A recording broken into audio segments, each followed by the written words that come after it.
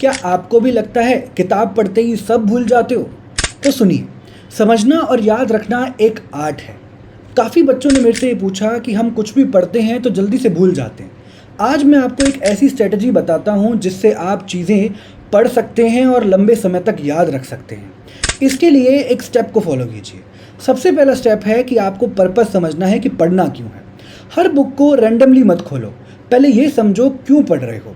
जब Y clear होता है तब ब्रेन ऑटोमेटिकली इंपॉर्टेंट पॉइंट्स पे फोकस करता है। एग्जाम्पल, यूपीएससी के लिए पढ़ रहे हो तो फैक्ट्स और कंसेप्ट को दोनों को लिंक करके पढ़ो। अब मैं आपको दो टेक्निक्स बताता हूँ।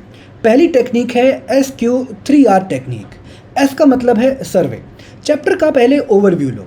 क्यू का मतलब है क्वेश्चन, खुद से सवाल बनाओ, ये टॉपिक इंपॉर्टेंट क्यों है। R1 इसका मतलब है रीड करो, अब चीज़ों को ध्यान से पढ़ो। R2 का मतलब है रिसाइट, अपने लैंग्वेज में उसे रिपीट करो। और R3 का मतलब है रिव्यू, एंड में एक बार रिवाइज करो। ये 5 स्टेप मेमोरी को लॉन्ग टर्म स्टोरेज में बदल देते हैं। दूसरी टेक्निक का नाम है फेनमैन टेक्निक। जो भी आप पढ़ते हो उसे किसी को सिंपल वर्ड्स में समझा दो, जैसे किसी 5 साल के बच्चे को समझाते हैं। अगर एक्सप्लेन नहीं कर पा रहे हो मतलब आपका कंसेप्ट अभी क्लियर नहीं है।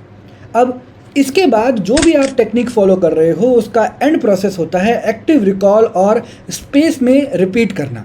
बुक बंद करो और खुद से पूछो मैंने क्या पढ़ा। फिर 1 दिन, 3 दिन, 7 दिन और 15 दिन बाद शॉर्ट रिवीजन करो। ये जो स्पेस्ड रिपीटिशंस है इससे सिस्टम मेमोरी को परमानेंट बना दिया जाएगा।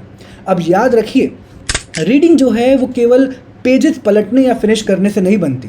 ये इसके बारे में है कि आप कैसे ट्रांसफॉर्म कर सकते हो अपनी अंडरस्टैंडिंग को मेमोरी में। अब आप ये कमेंट करके बताओ कि आप कौन सी टेक्निक फॉलो करोगे, SQ3R या फिर फेनमैन टेक्निक। Comment below.